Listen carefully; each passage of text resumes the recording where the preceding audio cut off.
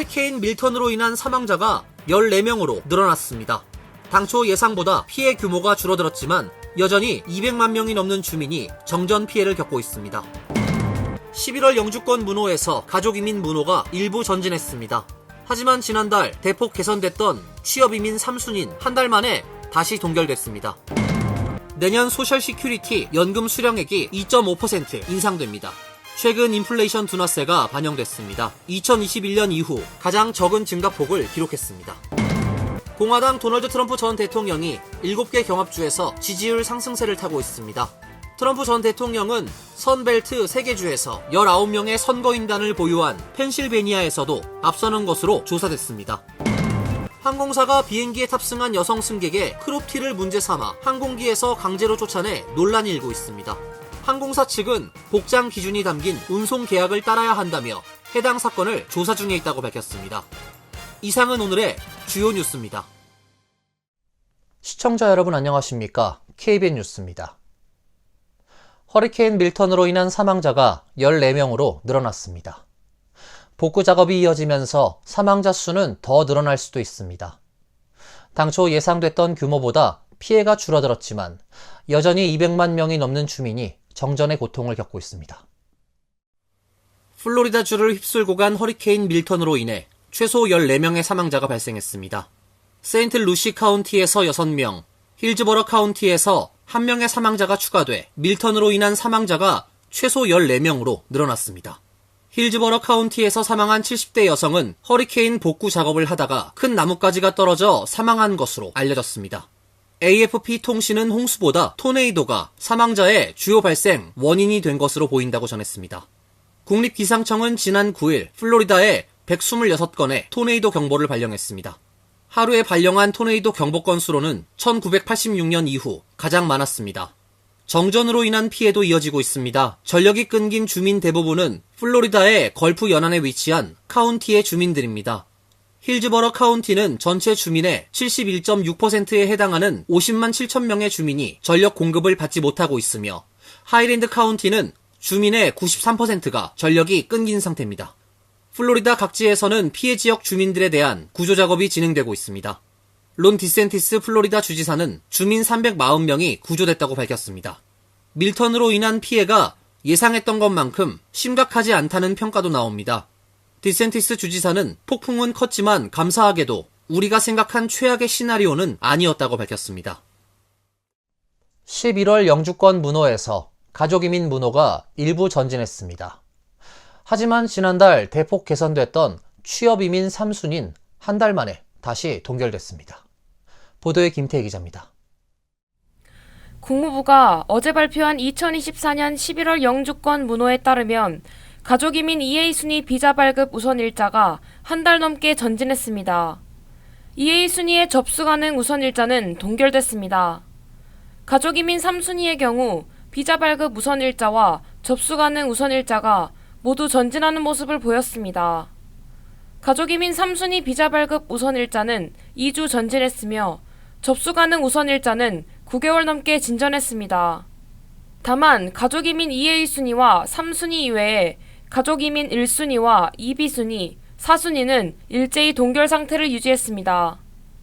취업이민 문호는 새 회계연도 첫 달인 10월 문호에서 대폭 전진하는 모습을 보여줬지만 11월에는 전면 동결됐습니다. 10월 문호에서 진전했던 취업이민 2순위, 3순위, 숙련직, 비숙련직 문호 모두 비자 발급 우선 일자와 접수 가능 우선 일자가 동결됐습니다. 취업이민 1순위, 취업이민 5순위는 비자 발급과 접수 가능 우선 일자 모두 오픈 상태를 유지했습니다. 취업이민 4순위 문호는 기존 수준인 2021년 1월 1일로 동결됐습니다. KBN 뉴스 김태희입니다. 내년 소셜시큐리티 연금 수령액이 2.5% 인상됩니다. 최근 인플레이션 둔화세를 반영해 조정된 것으로 2021년 이후 가장 적은 증가폭을 기록했습니다. 연방사회보장국은 어제 전국적으로 총 7,250만여 명에 달하는 소셜연금 수급자들의 내년도 기초생활비 조정폭을 2.5% 인상으로 확정했다고 발표했습니다. 2021년 2월 이후 상승폭이 가장 작게 나타난 수치지만 시장 예상치 2.3%보다는 약간 높았습니다. 코로나19 팬데믹 이후 인플레이션이 급등하면서 기초생활비 조정폭은 2022년 5.9%, 2023년 8.7%, 2024년 3.2%로 책정된 바 있습니다. 2021년 인상률은 1.3%였으며 지난 50년간 최고 인상률은 1980년 당시 14.3%입니다. 이에 따라 내년 소셜연금 수령자들의 월 지급액은 1월부터 약 $50 상승해 평균 1,976달러가 될 것으로 추산됩니다. 한편 은퇴자협회는 올해 인상폭으로 은퇴자들이 생활비를 감당하기에 충분하지 않을 것이라며 우려를 표명했습니다. 협회에 따르면 노년층 약 40%는 소셜연금을 주 소득원으로 삼고 있는 것으로 나타났습니다. 공화당 대통령 후보 도널드 트럼프 전 대통령이 대선 승부를 결정지을 7개 경합주에서 지지율 상승세를 타고 있습니다. 트럼프 전 대통령은 선벨트 3개 주에서 그리고 러스트벨트에서 가장 많은 19명의 선거인단을 보유한 펜실베니아에서도 앞서는 것으로 조사됐습니다. 정치 전문 매체 더 힐과 에머슨 대가 지난 5에서 8일 대선 경합주 7곳에서 투표 의향층 유권자를 대상으로 실시한 여론조사 결과 트럼프 전 대통령은 애리조나에서 49%를 얻어 민주당 대통령 후보 카멀라 해리스 부통령을 2%포인트 차로 살짝 앞섰습니다. 트럼프 전 대통령은 또 조지아, 노스캐롤라이나, 펜실베니아에서도 해리스 부통령에 각각 1%포인트 차로 우위를 점했습니다. 미시간과 위스콘신에서 두 후보의 지지율은 49% 동률이었으며 네바다에서만 해리스 부통령이 48%대 47%로 트럼프 전 대통령에 이기는 것으로 나타났습니다. 트럼프 전 대통령이 4승 2무 1패로 앞서고 있지만 두 후보의 지지율 격차가 모두 오차 범위 내여서 여전히 승부의 향방을 예상하기 어려운 초박빙 접전이 펼쳐지고 있다는 분석입니다.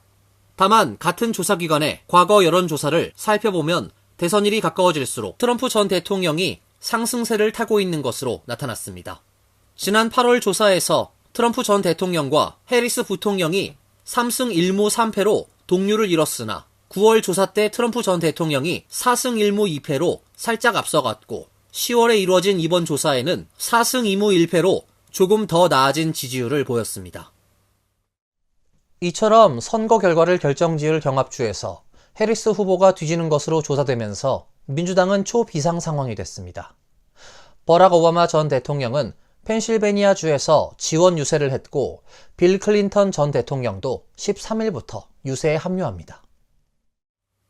오바마 전 대통령은 어제 펜실베니아 유세에서 많은 유권자가 변화를 바라는 것을 이해한다면서도 도널드 트럼프가 당신에게 좋은 방향으로 상황을 바꿀 수 있다고 믿는 것은 이해할 수 없다고 일침을 가했습니다. 그러면서 오바마 전 대통령은 트럼프 후보를 자신밖에 모르는 이기적인 사람으로 묘사했습니다. 오바마 전 대통령은 도널드 트럼프는 78세의 억만장자로 9년 전 황금 엘리베이터를 타고 내려온 이후 자신의 문제에 관한 불평을 멈추지 않고 있다고 말했습니다. 오바마 전 대통령은 유세의 대부분을 트럼프 후보를 조롱하는 데 할애했습니다. 그는 연설 한때 트럼프 후보를 피델 카스트로 전 쿠바 국가평의회 의장에 비유하기도 했습니다. 오바마 전 대통령은 미친 음모론, 폭언과 분노로 가득 찬 트윗, 2시간짜리 연설은 마치 피델 카스트로를 보는 것 같다며 황금운동화, 10만 달러짜리 와인, 그리고 최근엔 트럼프 성경책을 팔고 있는 이 자는 누구일까요? 라고 물었습니다. 펜실베니아주는 19명의 대의원이 걸려있는 대선 최대 승부처 중 한 곳입니다. 해리스 후보로서는 과거 민주당 강세 지역이었지만 경합주로 변모한 위스콘신, 미시간, 펜실베니아 주에서 이겨야 백악관 입성을 바라볼 수 있습니다. 민주당은 오바마 전 대통령에 이어 빌 클린턴 전 대통령도 곧 해리스 지원 유세를 할 예정입니다. 클린턴 전 대통령은 오는 13일 조지아주를 시작으로 노스캐롤라이나 등 경합주에서 유권자들에게 해리스 지지를 호소할 예정입니다. 공화당 도널드 트럼프 후보는 재임 시절 김정은 북한 국무위원장과의 친교를 재차 과시하고 지금은 3차 대전이 발생할 가능성이 높은 때라며 자신의 역할을 강조했습니다. 트럼프 후보는 어제 미시간 디트로이트 이코노믹 클럽 연설에서 재임 시절 김 위원장과 주고받은 핵버튼 썰전을 재차 언급, 북한과의 관계는 한동안 끔찍했다며 작은 로켓맨과 많은 모욕이라고 운을 뗐습니다. 트럼프 후보는 이어 김정은이가 자신 책상에 붉은 버튼이 있다고 말했을 때 나는 나도 하나 있는데 더 크고 작동도 한다고 했었다라며 이후 김 위원장이 자신과의 만남을 원했다고 주장했습니다. 재임 시절 자신과 김 위원장이 잘 지냈다는 게 그가 강조한 부분입니다. 트럼프는 이런 말을 하면 언론은 미쳐버리겠지만 이건 좋은 일이다, 나쁜 일이 아니다라며 북한에 많은 핵무기를 거론했습니다. 그는 우리는 잘 지냈고 아무 문제도 없었다, 누구도 위협을 받지 않았다며 지금은 위협이 있고 3차 대전으로 이어질 수 있다, 그 어느 때보다 3차 대전에 가까운 시기라고 강조했습니다. 테슬라가 완전 자율주행 로보택시를 공개했습니다.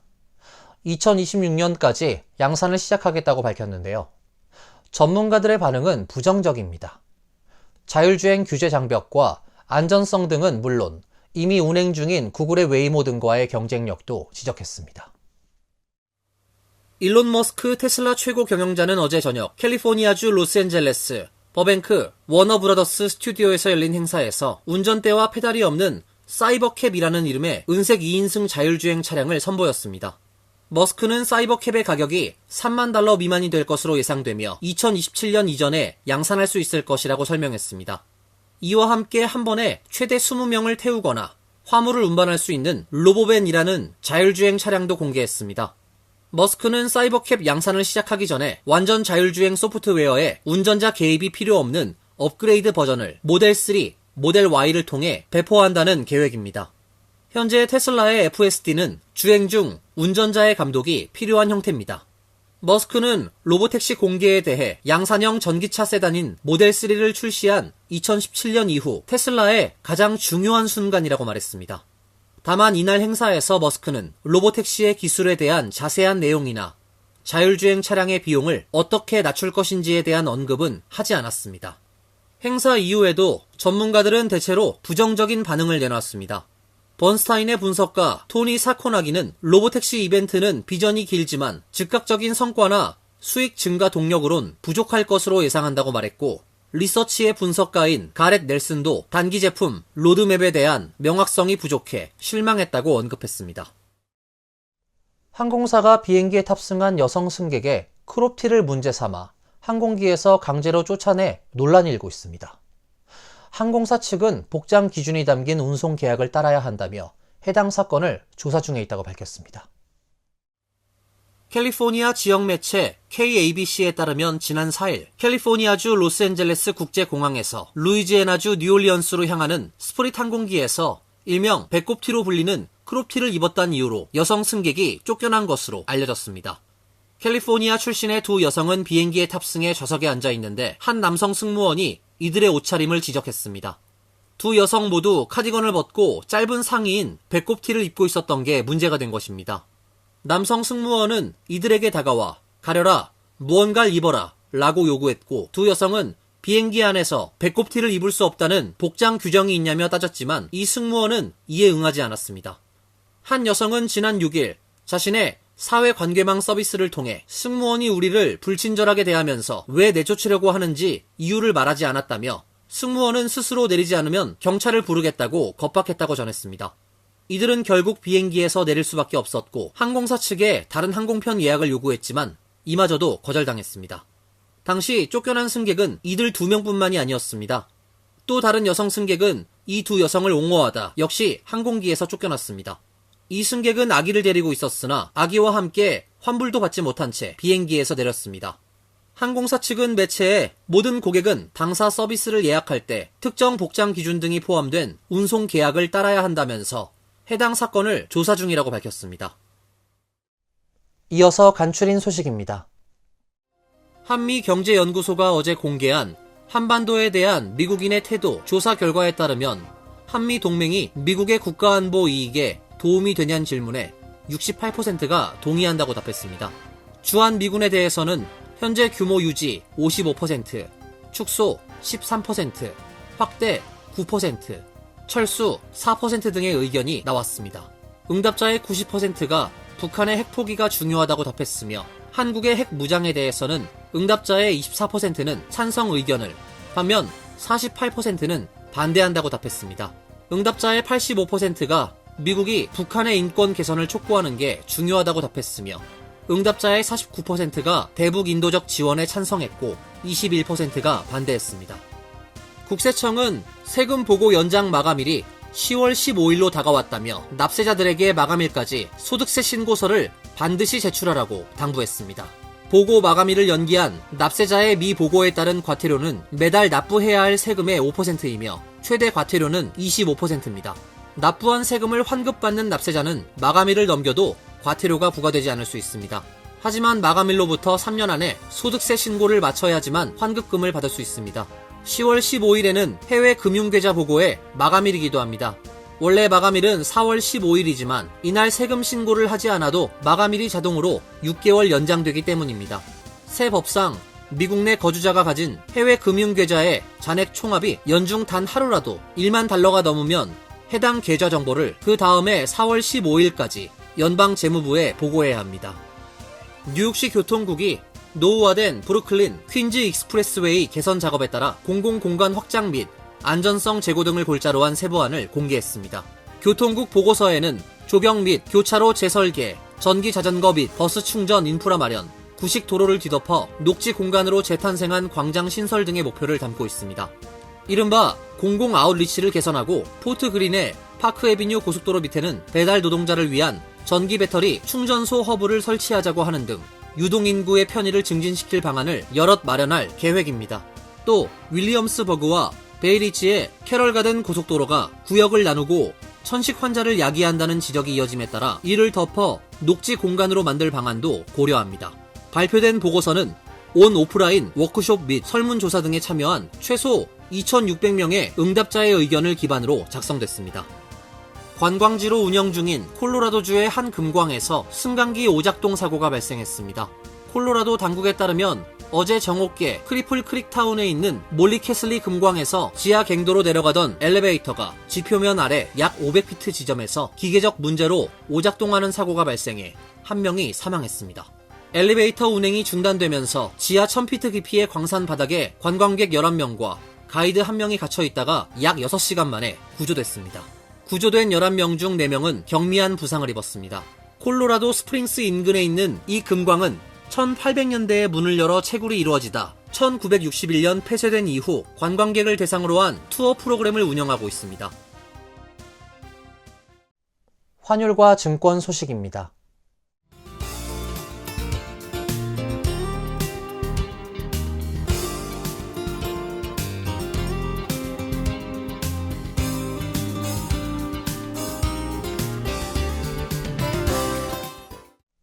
이어서 날씨입니다.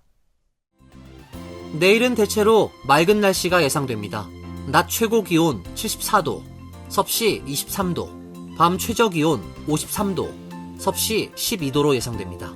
일요일은 비 소식이 있습니다. 월요일은 대체로 흐린 날씨가 예보돼 있습니다. 이상으로 KBN 뉴스를 마칩니다. KBN과 함께 즐거운 시간 되시길 바랍니다. 우리 동부 최대 한인방송 KBN이 제작하는 KBN 뉴스는 웹사이트 mykbn.com 그리고 유튜브와 페이스북에서 다시 보실 수 있습니다. 좋아요, 구독, 알림 설정은 뉴스 제작에 큰 도움이 됩니다.